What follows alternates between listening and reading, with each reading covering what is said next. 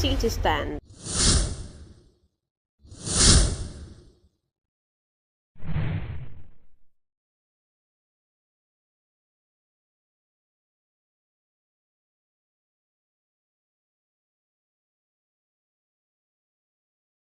Can PDP gain national relevance without embracing inclusive coalition? You saw what happened this morning. PDP is zoning Atiku-led coalition. But the question now I asked you earlier on that, is it possible for PDP to thrive in this 2027 election if they fail to embrace inclusive coalition? Mr. Mike, you see, the problem with PDP is that they are not in tune with the reality of the nation. There are some realities that cannot escape from. And if you escape from it, it will always bring you setback. Whether we like it or not, the last 8 years of presidency we had is from the north, and it is the turn of the south to produce presidency. I'm saying that's the reason why they failed 2023. The leadership of PDP, this man from Benue, their former chairman, tailored the convention to bring Atiku up. Atiku bring a fellow man from north, with Buhari have just spent 8 years of presidency, and then you now want the whole country again to embrace. A Fulani now. You want the whole country to embrace another 8 years of Fulani. It's madness. That shows that you are insensitive to the reality of the nation. That's why I said, if they are towing that line, and Atiku is already towing that line, the so-called gang up coalition is trying to build. It's not for PDP interest. It's not for PDP to become a mass party and chase APC out of power. It is principally for his own selfish agenda. That's why the PDP governors have told him they disown him. And if he forges ahead, I see two houses of PDP in place. The one that's loyal to Atiku, the one that's controlled by the PDP governors and their loyalists. That means we have a divided house again already before 2027, which will not stand against APC. 10 governors out of 36 state governors. That means APC has 26 governors. Mr. Mike, look at that majority now. Look at the number. Politics is all about numerical strength. 26 to 10. Is that not a clear leading majority of winning? So how would they now survive 2027, onslaught of APC? If Atiku has already building up a block that's principally for his own interest, because he's not doing it for PDP. It's just to get majority of people in the PDP to asthma to have a upper hand when it comes to presidential matter. That's what he's doing. And the governors are already telling him they know they are player in this match, in this game. Now they know the rule of this game. They know what he's doing is not for interest of PDP. It's for his own personal interest. And so that's why I don't think with the way Atiku is good, except Atiku is able to work with the governor and build the party first. Drop his ambition first. Let's build a party first. Has he told you that he has an ambition? That is the ambition. You are forgetting, Mr. Mike. You are a veteran in this business of journalism. But he hasn't said it. Mr. Mike, you are a veteran in this business journalism. You know this more than I do. You are a veteran journalist. Come on. Atiku is not building PDP for he's not building all inclusive PDP. He's building a PDP that's tailored to achieving his own. So it's all about his own interest. Yes, and I don't blame him. That's what politics is about anyway. I don't blame him. It's not left for the other people who also have interest to also either they align with him or disagree, and they have just done that now. And don't you think it will plunge PDP into more crisis? That is what I've just said. That you have a two-sided. It's like they are handling his own efforts. Yes, we are saying. So if he definitely has an ambition, to contest the 2027 election, it has already the rock because we have a two-sided PDP. Yes, it has already the rock because we have two-sided PDP structure in places now. Those who are for Atiku, those who are against him, and those who are against him will not work for his interest. He should have learned of what happened to him in 2023. Yes, he has not learned any lesson. Is he going ahead? If I thought he has interest issues, let his interest play down. Call the government together. Let us go together. How do we build this party? And then maybe underneath now, secretly now how it can come up. But now it's so clearly that you want to build a coalition that will put in a majority in PDP against the rest who will be minority. Mr. And he has failed with that. Is this coalition is it not a strategy to get things right for them? come 2027? He's talking about the coalition, the merger. It's a merger move by Atiku. Yes, it's a very good move. But Atiku, to me, he didn't plan it well. If you want to do something like that, have you made a wider consultation? And that's what he has been making. That's what he has been making. Did he consult all this governor? But he has been meeting politicians. It's not politicians, it's about the party structure. Remove governors from party, nothing there. Do you think he would have made that move without consulting the governors or some of the big wigs? If he has consulted them, then he should have waited for their response before he make those moves.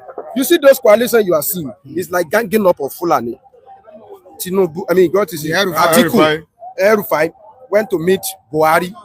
You see those gang up. So Atiku, I think Tambua, they are Fulanis. And what I think Atiku should have done is he should have made a wider consultation and wait for their response, so that all of them will come and they will speak with one voice. What Atiku is doing now is just showing off over desperation. He's a Mr. Desperado now. You see, he's the only one now that is he going to America to go and declare Tinubu as unfit to do. Am I right? So the way he's moving is so that he has interest in contesting again. He cannot be overrunning like that because he want to give that platform to somebody. After Atiku succeeded in gathering people, now see the merger. Do you think Atiku will now hand over that ticket to somebody else? I doubt it. That somebody like Atiku will do something like that. If Atiku is ready to do something like that, then APC, they should go and work on another strategy. Because if Atiku can, and I've been saying it, that coalition they want to do, it require sacrifice and hard working, diligence. So sacrifice is like bury your interest first, bury your ego, bury your political ambition. Like Atiku need to bury his political ambition first. He has to plant it so that the thing can grow again. But if Atiku, do you think he can bury it? He cannot, and that's what he's going to see. This person you want to face is a master strategist. But he has a chance to cross capital to SDP. If he can, now he can. He's free to do that. Yes, he's free to do that. But he's also give Tinubu chance to win in 2027, in 2027. Because if he's there, that means PDP have been divided. Yes, the two PDP we have now. Okay, now we are looking about three now. The governor caucus, the Atiku coalition move, and Wike caucus. Three. The same thing happened in Obi. Three chairman. It's like a Tinubu move. Honestly speaking, all of you are just you that you cannot stand alone. You cannot stand as one in 2023. Now you want to divide yourself into like 6. It's just one blow. Just one. You are gonna 2027. So except they were able to Atiku need to work now. If they want that merger to work, then he now need to go back to the drawing board and make the consultation that he refused to make that time, the deep one, and tell them if he's not interested in presidency, I'm not interested in presidency, but we should look for somebody. And the best strategy they can use is to choose somebody from South. Yes. Anything that make them to think that this Fulani agenda that you are still going to return power back to because of one calculation or the other, they have failed already. Because the thing will now be South versus North. With Tinubu, we also have, he has divided the North. The North Central now, they are out of North. That is the truth of the matter. So the best strategy they can use is to pick somebody from South here, a viable, politician from South here, so that even if we want to say not want to retain power, we say the person they are choosing now is from South, especially if it's from the Southeast. Yes, it will be very, very good for them to go. Don't you think this is this body judge is one that rejected it, and some other party members? But don't you think this suggests a deep problem, maybe feud or party rift between the elders in the party and Atiku Abubakar? It's not a feud. It's because they're just telling Atiku the normal things supposed to have known without being told. A baby, you can tell a baby. You can be teleguiding a baby. But an adult, you don't need to teleguide an adult. Atiku Atiku is an adult. He's a veteran in the business of politics. He should have known that as a Fulani man, he should not have come up within the next 8 years after Buhari want to become a president again. It's not possible. I'm telling you, it's not possible. Atiku will see more. He will see more of opposition against him if I thought a big ticket of 2027 from PDP. What Wike and the rest of the government did to him is a child play. Will be a child play because with the way Fulani are killing all around, you will see that people will read more meaning to it than Atiku even ever had. So it's not a feud between him and the leader of the party. It is because Atiku not ready to realize the reality of what's on ground. He was being overdriven by ambition. That people are not ready to vote for the North. Yes, which might cause PDP failure. Yes, Atiku is not ready to realize the facts on ground. He's overdriven by ambition. I mean, it's good to have ambition, yes, not too bad, but you must checkmate your ambition against some realities on ground. You must think of the party's interest, yes, and the interest of Nigeria at large. Yes, if Atiku have waited till after 8 years, I'm telling you, we will have had the brightest chance.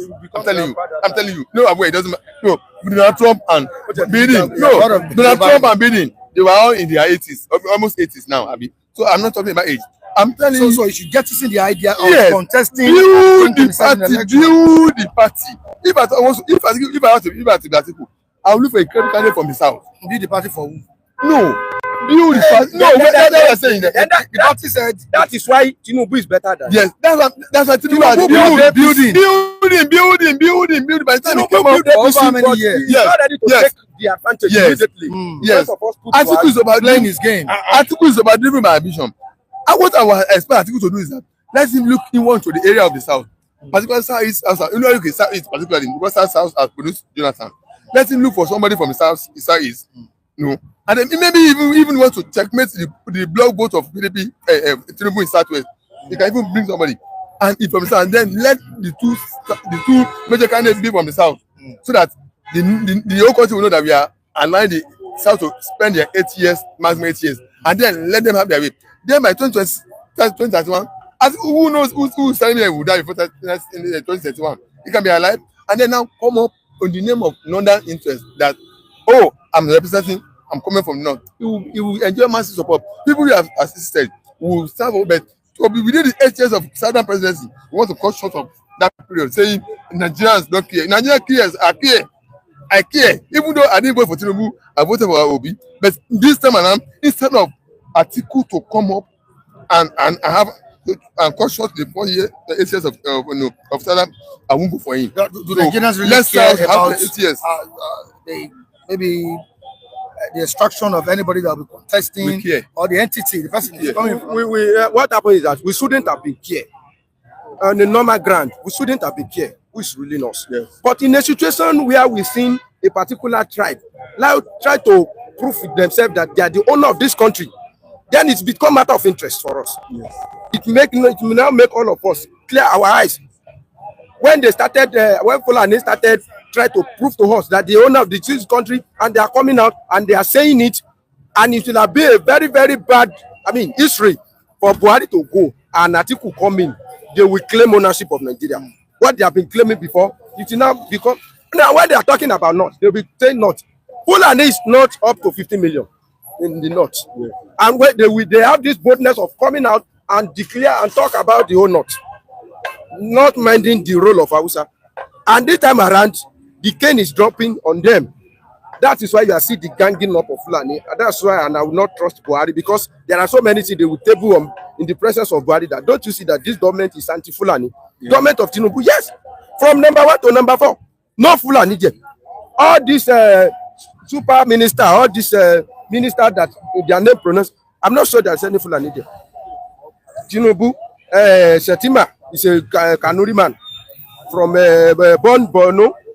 What is it? Akpabio is from South. Then Abbas, Tajuddin Abbas, he's an Hausa man. He said he's Hausa Fulani. His mommy is Fulani, but his father is Hausa. So telling you they have enough reason to gang up, but this is the time Tinubu needs to prove to them that you are or the South needs to tell them that you are not the owner of this country. Is no time the president calls his service chiefs to order on the issue of insecurity in the land? Mr. Mike, the president cannot do much on the insecurity situation in Nigeria. Why did I say so? The centrality of control is from is from one particular place, not from the center. And the kind of this insecurity we have right now, it has gone from expecting the official security network of the government to protect us. They are not safe. They can't cover all the kind of the country.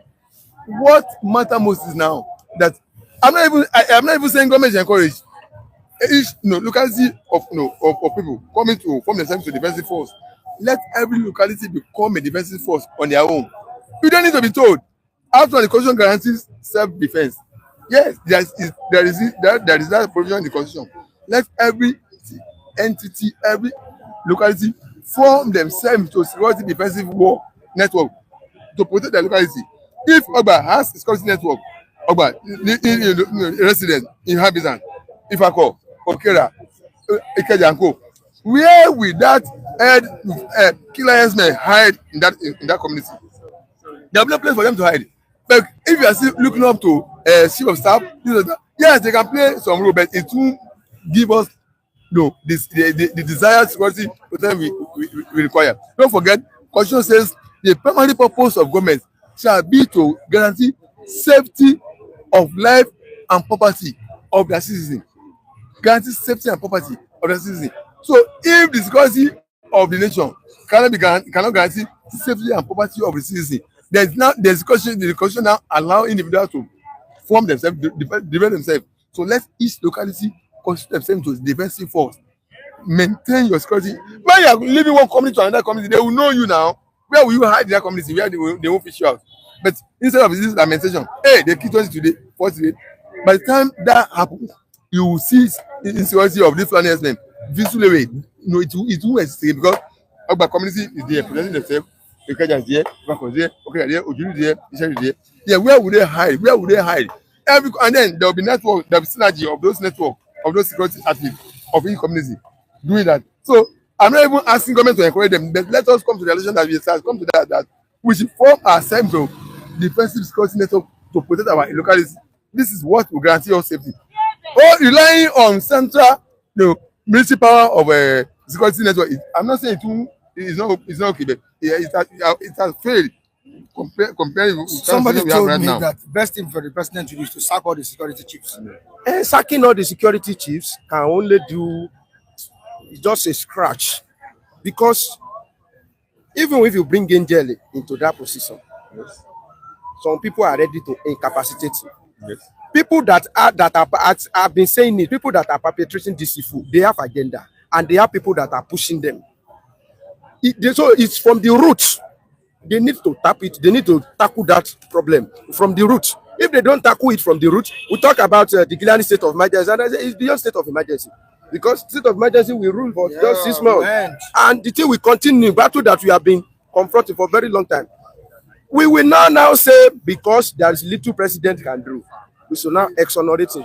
There is little he can do, but that little can still go along the way. Where is the proposed state police? What is happening to it? What is delaying it? These are the things that we should not allow it. We should not subject it. For before yes, now where are those good ideas that you said you have? What is happening to it? Policing.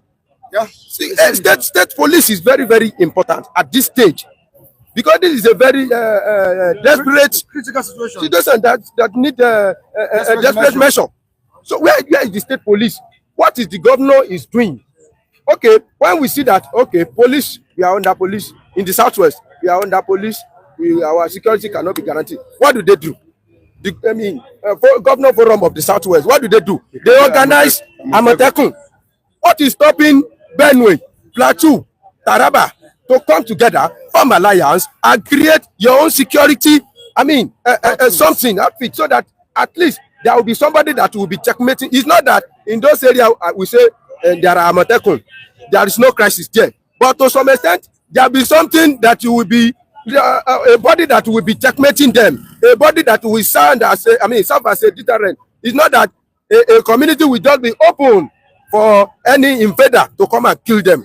So Benue, Plateau, Taraba, and all those states that are in that, let me tell you, Nigeria politicians, they are our problem. Nigeria politicians, they are our problem. The sixth geopolitical zone was created by Abacha for economic purpose, so that we can come together and form economic group, so that we'll be able to grow together like in Southwest here. All of us come together, we have the same vision. That is when we will be able to tackle our insecurity. If a governor is underfunded, he will not be able to provide security. But when we come together, we work as a team in our geopolitical zone. They have even added geopolitical zone to it, to the extent that you cannot call it, they turn it into geopolitical zone. And it was economical development zone. That was the aim of Abacha that time. But look at what politicians turn it to. They now turn it into a platform where they will be sharing politics. This one come from the South Seat. This one come from the South, and they have started sharing political something. All right, to the next one, the comment section. Love Daniel is telling us that state police continue. That we should continue dreaming. That we should continue dreaming on the issue of state police. We have Charles. He's saying that state police, you go wait, tire. Nigeria is designed to fail. Is Nigeria really designed to fail? No, I don't agree with you. I don't agree with that. It's just that the right thing has not been done. If the right thing comes up, Nigeria will move forward from what I'm telling you. If I were to be Tinubu, what I would encourage now is that community policing, let each community become a defensive force to protect himself. Whatever name he gives you is, become a defensive force to communicate yourself. So that's what I'm saying. So I will encourage each community now, as he has given machine order to the governors now. I don't know the kind of machine order I give to the governors. I expect the machine order I give to the governor of says that form your people into community policing. Let every community become a defensive force to defend themselves. I expect that to be included in machine order. And the governors have authority. Mr. Mike, I'm saying, Mr. Mike, every community where they form the defensive network, security network to protect their community, it's not be easy for any individual to come and attack them. I'm telling you. State police will lead to more problems and corruption in Nigeria. I don't agree with that. Because I don't agree with that. We will be running in that corruption. When there is no state police, the people are corrupt. Yeah. Police is what you need, whether they corrupt or not. Nigeria police are corrupt. You still need them. Yeah. That is the truth of the matter. If there is any challenge, we cannot now say because there will be corruption, we will be dying. Yes. How can you throw away a bad water with the baby?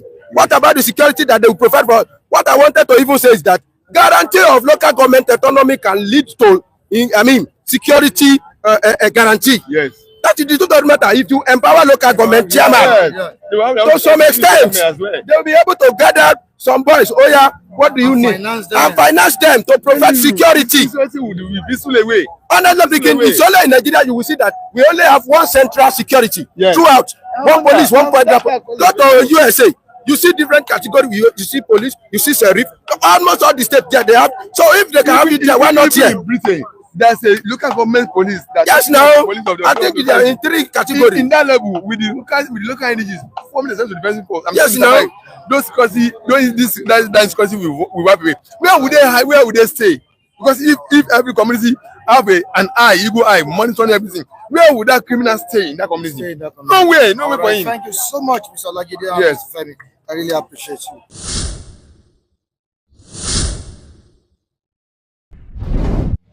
Citizen.